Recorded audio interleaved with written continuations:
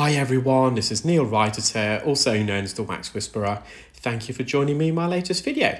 We have here a young patient who attended with bilateral, fully occluding damp dead skin, and this is their left ear first, and in a moment you're going to see the patient move suddenly, and that's because they were just a bit surprised by the noise introduced by the suction probe.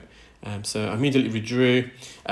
Before performing the procedure, I always explain to the patient that it is going to be noisy, and probably a bit noisier than they anticipate, but sometimes it still does throw people. They weren't anticipating it to be as loud as it actually is. And as soon as I came out the ear, re-instructed to the patient, and because I had a taste of it already now, they became immediately acclimatized. I'm using the fine end suction probe, which reduces the suction noise and the likelihood of clarinetting occurring. Clarinetting is when you hear a very loud, high-frequency squeal that's as a result of dead skin that you're suctioning, flapping at the tip of the suction probe. And so this patient doesn't have earwax, it's purely dead skin. They've got several things that we needed to address. So they have got superficial otitis externa, which is otitis externa is an invalid term given to an infection or inflammation of the outer ear.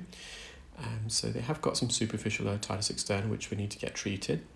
And a lot of this dead damp skin was, I feel, as a result of this patient wearing hearing aids and hearing aids that are unvented. So most modern hearing aids, there's a ventilation hole running through the hearing aid. This is for a custom hearing aid that fits in your ear, it's moulded for your ear. You can also get receiver and canal hearing aids that you have a portion that the main hearing aid body that sits behind your ear, and connected to that is a speaker which fits inside your ear, and at the tip of the speaker you have some sort of dome, and some of these domes are ventilated already. They're either open dome or you can get a closed dome but with a ventilation hole. So in their left ear, they had a custom hearing aid that fits entirely into their ear, so it's sculptured, moulded for their ears, but there was no ventilation hole.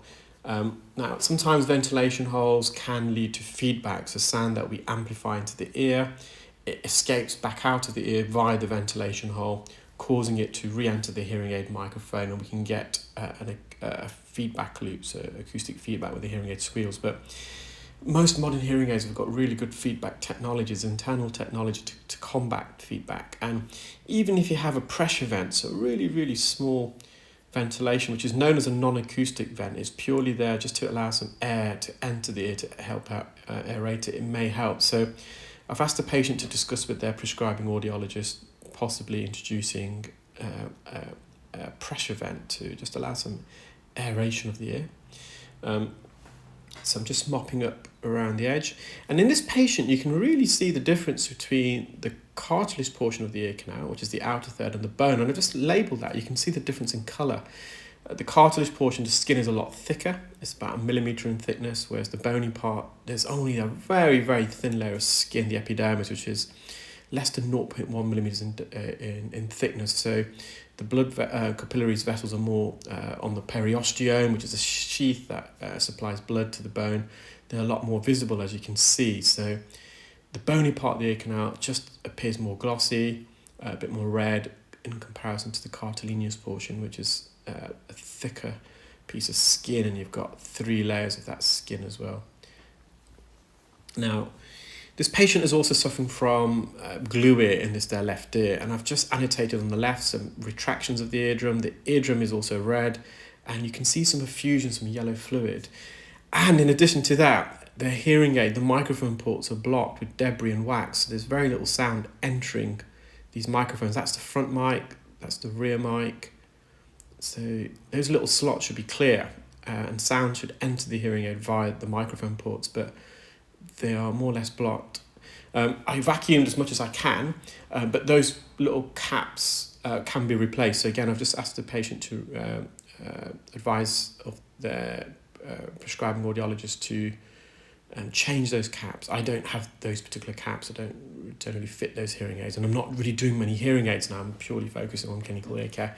I did give them a little vacuum, so I cleared a few, but it was quite impacted and it just needs to be changed. So the glue ear is a buildup of fluid behind the eardrum, and that's due to a blocked eustachian tube. There's a tube that connects the middle ear, which is a cavity behind the eardrum, to the back of the nose, the nasopharynx.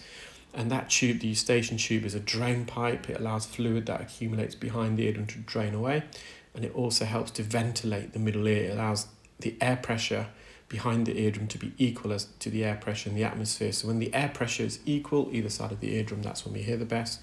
But in this patient, their left eustachian tube is blocked. They were congested. They do suffer from hay fever as well.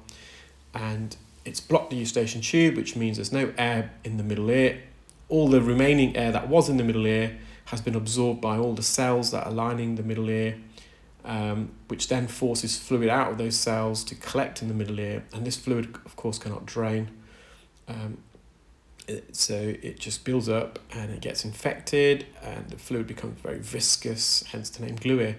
So advise the patient to refer to the GP, recommended some nasal decongestants, and also a pressure equalizing balloon, but that's the patient's GP to refer to ENT nonetheless.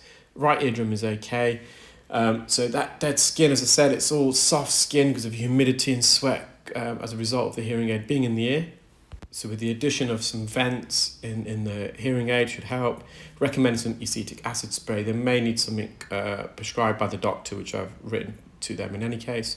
Well, I hope you enjoyed that video. Take care, keep well, speak soon. Bye.